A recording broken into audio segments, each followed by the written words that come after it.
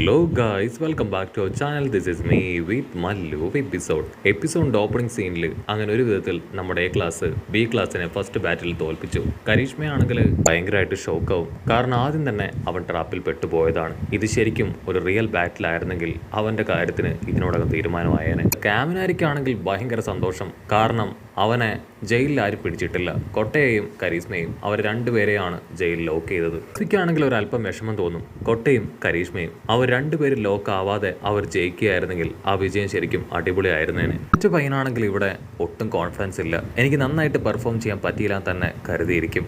ആ സമയം ഐസമ മാസ്റ്റർ ആണെങ്കിൽ അവനോട് പറയും, നീ ആ ഷാൾ ടെക്നിക്കിൽ കുറച്ചുകൂടെ നന്നായിട്ട് ട്രെയിനിങ് എടുക്കണം. അവനാണെങ്കിൽ ആക്ച്വലി ആ ഷാൾ അങ്ങനെ ഇടുമ്പോൾ കുറച്ച് ഇറിറ്റേഷനൊക്കെ ഉണ്ട്. പക്ഷെ അതൊന്നും ഈ കാര്യമാക്കേണ്ട കാര്യമില്ല, നന്നായിട്ട് ട്രെയിനിങ് എടുക്കണം എന്ന് പറയും. അതിനുശേഷം ആ ചോപ്പനെ കാണിക്കും. നീ ലാസ്റ്റ് ടൈം ചെയ്ത ഫൈറ്റ് അത് അടിപൊളിയായിരുന്നു. പക്ഷെ ഇത്തവണ നിന്റെ പെർഫോമൻസ് അത് അത്ര നല്ല ലെവലിലേക്ക് വന്നില്ല. ഓരോ സിറ്റുവേഷനിൽ നീ ചേഞ്ച് ആയിക്കൊണ്ടിരിക്കുകയാണെന്ന് പറഞ്ഞ് ഓരോരുത്തരെ വിളിച്ച് മാസ്റ്റർ ആണെങ്കിൽ ഇവിടെ തെറ്റുകളും ഇമ്പ്രൂവ് ചെയ്യേണ്ട ഭാഗങ്ങളെല്ലാം വളരെ ഡീറ്റെയിൽ ആയിട്ട് അവർക്ക് പറഞ്ഞ് മനസ്സിലാക്കി കൊടുക്കും. ഷിൻസോയ്ക്കാണെങ്കിൽ ഭയങ്കരമായിട്ട് കുറ്റബോധം. കാരണം അവൻ ഫൈറ്റ് ചെയ്യുന്നതിൻ്റെ ഇടയിൽ ആ ഒരു ബീസിന്റെ കയ്യിൽ പെട്ടുപോയി. സോ അവൻ ആ കാര്യങ്ങളെല്ലാം ഓർത്ത് ഒരുപാട് ദേഷ്യത്തിൽ ആ തുണിയൊക്കെ വലിച്ച് കീറുകയാണ്. സമ മാസ്റ്റർ ആണെങ്കിൽ നിർത്താതെ ഓരോരുത്തർക്ക് ഉപദേശം ഫ്രീ ആയിട്ട് കൊടുത്തുകൊണ്ടേയിരിക്കും. ഓരോരുത്തരുടെ മിസ്റ്റേക്ക് അദ്ദേഹം ഹാർഷായിട്ട് തന്നെ ചൂണ്ടിക്കാണിച്ചു പറയും. ഇവിടെ മിഡ് നൈറ്റ് ആണെങ്കിൽ ഇപ്പൊ സെറ്റ്സോയെ അഭിനന്ദിക്കും, നീ നന്നായിട്ട് പെർഫോം ചെയ്യുന്നു പറയും. മറ്റൊരു ഭാഗത്ത് ആ വെള്ളത്തലയനാണെങ്കിൽ ബി ടീമിനെ ദേഷ്യപ്പെട്ട് അവർ അപമാനിക്കുകയാണ്. നിങ്ങൾ ശരിക്കും ബി ടീമിന് ഒരു അപമാനം തന്നെയാണ്. സോ ഒരു കാരണവശാലും നിങ്ങൾ ഇങ്ങനെ തോൽക്കാൻ പാടില്ലായിരുന്നു. അവർ 4 പേരും ഇപ്പൊ ക്ഷമ പറയും. ഞങ്ങളോട് ക്ഷമിക്കണം, ഞങ്ങൾ മാക്സിമം ശ്രമിച്ചതാണ്. പക്ഷെ ലാസ്റ്റ് ടൈം അവരുടെ ടെക്നിക്കിൽ ഞങ്ങൾ വീണുപോയി. ഇവിടെ ചപ്പർത്തലയനാണെങ്കിൽ കോൺഫിഡൻസ് കൈവിടാതെ ഇപ്പോൾ ആ വയലറ്റ് മാനെ വെല്ലുവിളിക്കും. അടുത്തത് ടീമാണ് മത്സരിക്കുന്നത്. ഉറപ്പായാലും ഇത്തവണ എ ടീമിനെ തോൽപ്പിക്കുമെന്ന് പറയും. നമ്മുടെ ആൾക്കാരാണെങ്കിൽ മനസ്സിലാക്കി ഹീറോ ആണെങ്കിൽ കൂടുതൽ കാര്യങ്ങൾ കാര്യമായിട്ട് പ്ലാൻ ചെയ്തും അവരെ തോൽപ്പിക്കാനായി. ഓരോരോ ടീമും വളരെ കാര്യമായിട്ട് പ്ലാൻ ചെയ്യുകയാണ്. ഇവിടെ കച്ചാപ്പയ്യനാണെങ്കിൽ ദേഷ്യപ്പെട്ട് പറയും, എന്റെ കുറുകെ ആരെങ്കിലും വന്നാൽ അവരെ ഞാൻ തവിട് പൊടിയാക്കും. എനിക്ക് ഒറ്റയ്ക്ക് ഫൈറ്റ് ചെയ്ത് ജയിക്കണം. ഇവിടെ ലിഡാപ്പെണ്ണിന്റെ ടീമാണെങ്കിൽ നമുക്ക് ലിഡയെ ഉപയോഗിച്ച് ഈ മത്സരത്തിൽ ജയിക്കാൻ കഴിയും. അവൾക്ക് ഒരുപാട് ഐഡിയയും പവറൊക്കെ ഉണ്ടെന്ന് പറയും. കച്ചാപ്പയ്യനാണെങ്കിൽ അത് ഒട്ടും ഇഷ്ടപ്പെടില്ല. അത് ഞാനാണ് തീരുമാനിക്കേണ്ടത്. പവർഫുൾ ആയ ആൾ ലിഡയൽ മറിച്ച് ഞാനാണെന്ന് പറയും. മറ്റൊരു ഭാഗത്ത് അടുത്തതായിട്ട് നമ്മുടെ വയലറ്റ് പയ്യൻ അവൻ 5th ടീമിലാണ് ചേരുന്നത്. അതിൻ്റെ ഓപ്പോസിറ്റ് ടീമാണെങ്കിൽ ഇപ്പോൾ കാര്യമായിട്ട് അവരുടെ പ്ലാനിങ് മുൻപോട്ടേക്ക് കൊണ്ടുപോകും. അത് പലരുടെ വോയിസിൽ സംസാരിക്കാനായിട്ട് കഴിയും. സോ നമ്മൾ വളരെയധികം കെയർഫുൾ ആയിരിക്കണം അവനുമായിട്ട് ഫൈറ്റ് ചെയ്യുമ്പോൾ. ആണെങ്കിൽ അടിച്ചു പറയും, ആരെയും ഞാൻ അതിൽ അനുവദിക്കില്ല. ഞാൻ തന്നെയായിരിക്കും പവർഫുൾ ആയിട്ട് അറ്റാക്ക് ചെയ്ത് ഓപ്പണൻസിനെ തോൽപ്പിക്കുക. ഇതെല്ലാം കേൾക്കുമ്പോൾ നമ്മുടെ മാസ്റ്ററിന് ഒരുപാട് സന്തോഷം. കുട്ടികളാണെങ്കിൽ തുടക്കത്തിൽ തന്നെ ഇത്രയും ആവേശമുള്ളവരാണ്. ഇതുപോലെ സ്മാർട്ടായിട്ടും വളരെ എനർജറ്റിക് ആയിട്ടുള്ള കുട്ടികളെ ഞാൻ കണ്ടിട്ടില്ല എന്നൊക്കെ പറഞ്ഞ് ആളങ്ങനെ ആവേശം കൊള്ളും. മാത്രമല്ല നമ്മുടെ ഹീറോ പയ്യൻ അവനാണെങ്കിൽ ഇപ്പോൾ കറക്റ്റായിട്ട് 1 for all പവർ അത് യൂസ് ചെയ്യുന്നുണ്ട്. മുകളിലേക്ക് പോയി അതുപയോഗിച്ച് അറ്റാക്ക് ചെയ്യുക. അതുപോലെ തന്നെ ആ ഒരു പ്രൊഫഷണൽ ലൈസൻസ് അതവൻ നേടിയെടുത്ത് ഇസുക്ക് പയ്യനെ പോലെ ഈസി ആയിട്ട് അവൻ ഫൈറ്റ് ചെയ്ത് തോൽപ്പിച്ചു. അതുപോലെ തന്നെ അവൻ ആ കുഞ്ഞിപ്പണിനെ പ്രൊട്ടക്ട് ചെയ്തു. മാത്രമല്ല ആ ഒരു ആനിവേഴ്സറിയുടെ അതിൽ അവൻ അവൻ്റെ ഫുൾ എഫേർട്ടും കൊടുത്തു. ഇവിടെ ഐസമ മാസ്റ്റർ ആണെങ്കിൽ ഇപ്പോൾ അദ്ദേഹത്തോട് ചോദിക്കും, വയലറ്റ് പയ്യനെ കുറിച്ച് നിങ്ങളുടെ അഭിപ്രായം എന്താണ്? അതിന് അദ്ദേഹം പറയും, എല്ലാവരും നന്നായിട്ട് ഇമ്പ്രൂവ് ചെയ്യുന്നുണ്ട്. അതുപോലെ തന്നെ അവനും അവൻ്റെ ബെസ്റ്റ് കൊടുത്ത് ഇമ്പ്രൂവ് ആവാൻ ശ്രമിക്കുന്നുണ്ട്. ഐസമ മാസ്റ്റർ പറയും, അവനും ഒരു ഹീറോ ആവണമെന്നാണ് ആഗ്രഹം. സോ ഈ ഒരു ടെസ്റ്റിൽ അവൻ നന്നായിട്ട് പെർഫോം ചെയ്യുകയാണെങ്കിൽ ഇവരോടൊപ്പം അവന് ഞാൻ ട്രെയിനിങ് കൊടുക്കുമെന്ന് പറയും. അടുത്തതായിട്ട് ഇപ്പോൾ എ ടീമും ബി ടീമും മത്സരിക്കാൻ തയ്യാറായിട്ട് നിൽക്കും. 2 ടീമും ഫൈറ്റ് ചെയ്യാനായിട്ട് കടന്നു വരികയാണ്. കെൻറ്റോ ആണെങ്കിൽ മോമോയോട് ചോദിക്കും, നീ എന്തുകൊണ്ടാണ് ആ ബ്യൂട്ടി മത്സരത്തിൽ പങ്കെടുക്കാതിരുന്നത്? നീ വളരെയധികം സുന്ദരിയാണ്, നീ മത്സരിക്കുകയാണെങ്കിൽ നീ തന്നെ ജയിച്ചേനെ. പിന്നെ അവൾ പറയും, ആ സമയം ഞാനൊരു അല്പം തിരക്കിലായിരുന്നു. ചില ട്രെയിനിങ്ങുകളിൽ ഞാൻ പെട്ടുപോയി. പക്ഷെ കുഴപ്പമില്ല, ചില ആഡിലൊക്കെ അഭിനയിച്ച് ഇപ്പം തന്നെ ധാരാളം ഉണ്ടെന്ന് പറയും. കെൻറ്റോ ആണെങ്കിൽ ഇപ്പോൾ സ്ട്രെയിറ്റ് ആയിട്ട് വന്ന് മോമോയോട് സംസാരിക്കും. നമുക്ക് 2 പേർക്കും തമ്മിലുള്ള മത്സരം അതാണ് ഇപ്പോൾ ഇവിടെ നടക്കാൻ പോകുന്നത്. നമുക്ക് നോക്കാം ആരാണ് ജയിക്കുന്നതെന്ന്. ഒരു ഭാഗത്ത് ആ കാക്കപ്പയ്യനാണെങ്കിൽ ബ്ലാക്ക് മാനോട് പറയും, ഉറപ്പായാലും ഇത്തവണ ഞങ്ങൾ നിങ്ങളെ തോൽപ്പിക്കും. ഇത്തവണയും വിജയം ഞങ്ങളുടെ തന്നെയായിരിക്കും എന്ന് പറയും. അതിന് ആ ബ്ലാക്ക് മാൻ പറയും, ഓരോരുത്തരുടെ ഉള്ളിലേക്ക് പോയി അവരെ ഇല്ലാതാക്കാനുള്ള കഴിവ് എനിക്കുണ്ട്. അവരെ തോൽപ്പിക്കാൻ എന്നെ കൊണ്ടേ പറ്റൂ. ഇത്തവണ ബി ടീം തന്നെ ജയിക്കുമെന്ന് പറയും. അത് കേട്ട് ആ വെള്ളത്തലയനാണെങ്കിൽ 2 ടീമിനോടും 2 ഭാഗത്തേക്ക് മാറി നിൽക്കാനായിട്ട് പറയും. മത്സരം അത് ആരംഭിക്കാൻ പോവുകയാണെന്ന് ഉച്ചത്തിൽ വിളിച്ചു പറയും. എക്സിസും ആണെങ്കിൽ ഇവിടെ ഓടി വരും. കെൻറ്റോ അവൾ ശരിക്കും അടിപൊളിയാണ്. കഴിഞ്ഞ തവണത്തെ ആ ഒരു കാർഡിലെ ടാസ്കിൽ അവളാണ് നന്നായിട്ട് പെർഫോം ചെയ്തതെന്ന് പറയും. പക്ഷേ ഇവിടെ ടോഡറോക്കിക്കാണെങ്കിൽ മോമോയുടെ മേലെയാണ് കൂടുതൽ പ്രതീക്ഷയുള്ളത്. കാരണം അവൾ ശരിക്കും ഒരു ബുദ്ധിമതിയായിട്ടുള്ള പ്ലെയറാണ്.